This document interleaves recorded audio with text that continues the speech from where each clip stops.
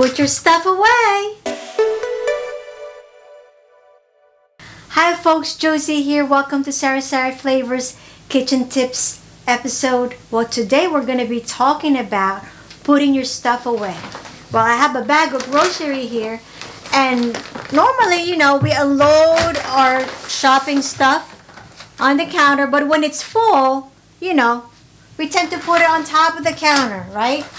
We unload the stuff, we put the bread here, like that. And then we walk away, we're tired, we just want to rest. Well, you'll never really know when this burner is going to turn on. And all your stuff are here.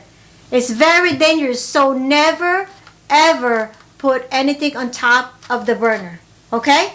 So that's it for now. Subscribe to my channel. Bye!